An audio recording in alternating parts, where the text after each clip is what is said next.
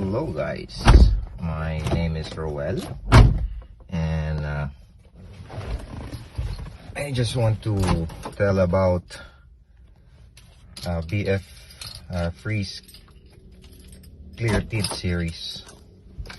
Actually, the reason why I shifted from the dark tint to the clear tint is because first, it's safety.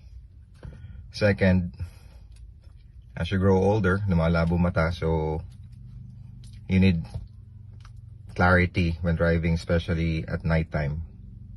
So far, I believe this tint series is heat rejection is 88%, and so far I had this applied or pinalagay ko siya way back February 2019.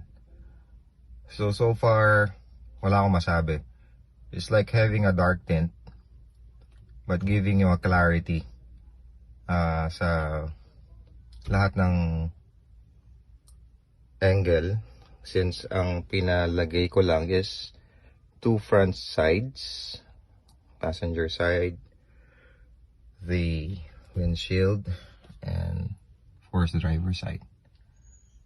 So overall, especially when during